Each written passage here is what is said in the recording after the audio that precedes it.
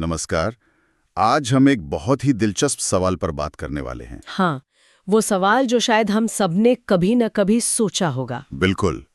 क्या कभी ऐसा होता है कि महीने के आखिर में देखते हैं और पैसे गायब? हाँ, और फिर सोचते हैं कि कुछ लोग इतनी आसानी से अमीर कैसे बन जाते हैं, जबकि बाकी लोग। पूरी जिंदगी बस संघर्ष करते रह जाते हैं। सही। तो आज हम इसी गुत्थी को सुलझाने की कोशिश करेंगे।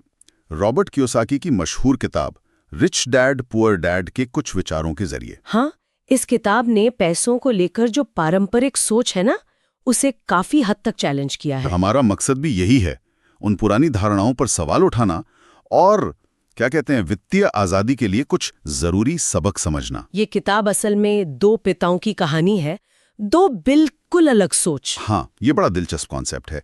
एक तरफ रॉबर्ट के अपने पिता हैं, जी, पढ़े लिखे सरकारी नौकरी वाले, जिन्हें वो पुअर डैड कहते हैं। जिनका मंत्र था, बेटा स्कूल जाओ, अच्छे नंबर लाओ और एक सुरक्षित नौकरी पकड़ लो। बिल्कुल। और दूसरी तरफ है उनके दोस्त के पिता, कम पढ़े लिखे पर बहुत सफल व्यवसायी। Rich dad. हाँ, रिच डैड। और उनका कहना था, ये सीखो कि पैसा तुम्हारे लिए कैसे काम करता है, स्कूल की पढ़ाई से अलग। और शायद यहीं से वो पहला सबसे बड़ा सबक शुरू होता है। मतलब जो हम स्कूल में सीखते हैं और जो असल में पैसों के लिए जरूरी है, उसमें फर्क है। बहुत बड़ा फर्क है। देखिए, स्कूल हमें नौकरी करना सिखाते हैं, पैसे कमाना सिखाते हैं। हाँ। पर उस पैसे को संभालना कैसे है, उसे बढ़ाना कैसे, ये कौन सिखाता है? कोई नहीं। ज्यादातर कोई नहीं। स्कूल सिखाते हैं कि पैसे के लिए कैसे काम करें। रिच डैड सिखाते हैं कि पैसा आपके लिए कैसे काम करे। अच्छा। कियोसाकी यही कहते हैं कि आपकी डिग्री शायद आपकी तनख्वाह बढ़ा दे, पर असली संपत्ति तो वित्तीय ज्ञान से बनती है। मतलब फाइनेंशियल लिटरेसी। बिल्कुल। अमीर लोग ये बातें, निवेश क्या है, टैक्स कैसे काम करते हैं, कैश फ्लो क्या होता है, ये सब बचपन से सीखते या सिखाते हैं। ये तो एक पूरी अलग तरह की पढ़ाई हो गई। हाँ, जो या तो घर पे होती है या फिर खुद सीखनी पड़ती है। तो इसका मतलब ये हुआ कि सिर्फ ज्यादा कमाना ही काफी नहीं है, पैसे की समझ होना ज्यादा जरूरी है। कहीं ज्यादा जरूरी।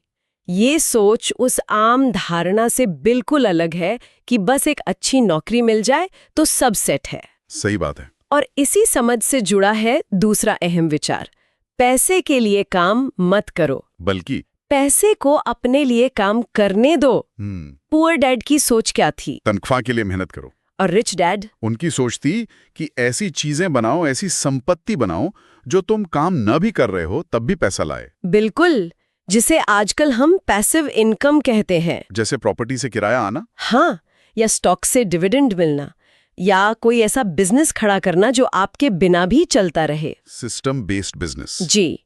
कियोसाकी ये नहीं कहते कि नौकरी बुरी है, वो कहते हैं नौकरी करते हुए भी अपना फोकस रखो संपत्ति बनाने पर, सिर्फ अगली सैलरी पर नहीं। और यहीं पर संपत्ति और देनदारी का फर्क समझना बहुत जरूरी हो जाता है। एसेट्स और लाइबिलिटीज। ये शब्द सुने तो बहुत हैं, पर शायद असल मतलब समझने में ही लोग गलती कर देते हैं। सही पकड़ा आपने। परिभाषा बहुत सीधी है। संपत्ति यानी एसेट वो है जो आपकी जेब में पैसा डाले, और देनदारी, लाइबिलिटी, वो जो आपकी जेब से पैसा निकाले। सुनने में कितना आसान है ना? हाँ, लगता तो है, पर इसका असर बहुत गहरा है। मिसाल के तौर पर, एक महंगा घर जिसमें आप खुद रहते हैं और उसकी मोटी ईएमआई भर रहे हैं, वो देनदारी हुई। हाँ, क्योंकि वो हर महीने आपकी जेब से पैसा निकाल रहा है। लेकिन सोचिए, अगर उसी घर को किराए पर चढ़ा दें और किराया ईएमआई से ज्यादा है, तो वही घर आपकी संपत्ति बन सकता है। अच्छा, ये तो नजरिया बदल गया पूरा। बिल्कुल।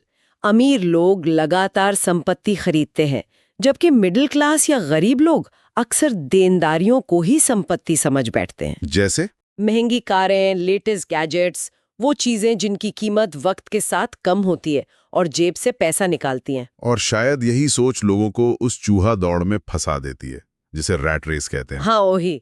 एक नौकरी, फिर बेहतर तनख्वाह के लिए दूसरी नौकरी, और तनख्वाह बढ़ी तो खर्चे भी बढ़ गए। बिल्कुल। लाइफस्टाइल महंगी हो गई, फिर उन खर्चों को पूरा करने के लिए और ज्यादा मेहनत और ज्यादा तनाव। और नतीजा वही, महीने के अंत में हाथ खाली। ये तो कभी ना खत्म होने वाला चक्कर लगता है। पर इससे निकला जा सकता है। तरीका है अपनी कमाई के और स्रोत बनाना, सिर्फ सैलरी पर निर्भर न रहना। मतलब वो जो संपत्ति वाला कॉलम है उसे लगातार बढ़ाते जाना। जी। और ये जरूरी नहीं कि शुरुआत बहुत बड़े स्केल पर हो। छोटी छोटी समझदारी भरी खरीद या निवेश जो समय के साथ बढ़ते जाएं। लेकिन ये सब सुनने में तो बहुत अच्छा लगता है, पर करने में डर लगता है, पैसा डूब गया तो। हाँ, और शक भी होता है, क्या मैं ये कर पाऊंगा या कर पाऊंगी। और कभी कभी तो बस आलस, छोड़ो यार, कौन इतना सोचे। सही कहा। किताब इन भावनाओं के बारे में कुछ कहती है, ये डर, शक, आलस। हाँ, कियोसाकी कहते हैं कि यही 3 चीजें, डर, शक और आलस, आपके वित्तीय आजादी के रास्ते में सबसे बड़े रोड़े हैं। तो इनसे निपटा कैसे जाए? निवेश का डर है तो ज्ञान बढ़ाइए, सीखिए, समझिए, छोटा सा कदम उठाइए जिससे डर कम हो। अच्छा। और शक? अपने आसपास देखिए, जो लोग सफल हुए हैं उनसे सीखिए, प्रेरणा लीजिए। और आलस? वो असल में जिम्मेदारी से भागना है। मतलब फाइनेंशियल सफलता के लिए खुद जिम्मेदारी लेनी पड़ेगी। बिल्कुल। और एक और डर होता है, लोग क्या कहेंगे, उस डर को भी छोड़ना होगा। ये बात तो है। अच्छा, सीखने की बात पर एक और मजेदार सबक था किताब में। कौन सा? कि सिर्फ कमाने के लिए काम मत करो, सीखने के लिए काम करो। हाँ, ये पारंपरिक करियर सलाह से थोड़ा हटकर है। बिल्कुल। सब कहते हैं अच्छी सैलरी वाली जॉब देखो, पर कियोसाकी कहते हैं, खासकर जब आप युवा हैं तो ऐसी नौकरी चुनें जहां पैसे से ज्यादा सीखने को मिले। कौन सी स्किल्स? जैसे सेल्स, मार्केटिंग, कम्युनिकेशन, लोगों को मैनेज करना, फाइनेंस, अकाउंटिंग, ये स्किल्स अपने आप में एक संपत्ति हैं। अच्छा, मतलब अगर ये हुनर आपके पास हैं तो आप पैसा बना सकते हैं, चाहे आप किसी के लिए काम करें या अपना कुछ शुरू करें, पैसा अपने आप आएगा। तो फोकस स्किल्स पर होना चाहिए, सिर्फ सैलरी पर नहीं, लंबी दौड़ के लिए। बिल्कुल, मल्टी स्किल्ड होना ही असली दौलत है। तो कुल मिला के ये रिच डैड पुअर डैड सिर्फ पैसों के बारे में एक किताब नहीं है। नहीं, ये पैसों को लेकर हमारी सोच, हमारे डर, हमारी आदतों के बारे में ज्यादा है। ये एक माइंडसेट शिफ्ट की बात करती है, एक नजरिया बदलने की। बिल्कुल, ये बताती है कि वित्तीय स्वतंत्रता किस्मत की बात नहीं है, ये सही ज्ञान, सही फैसलों और सही आदतों का नतीजा है। अगर सोच बदली तो आर्थिक स्थिति भी बदल सकती है। बहुत खूब।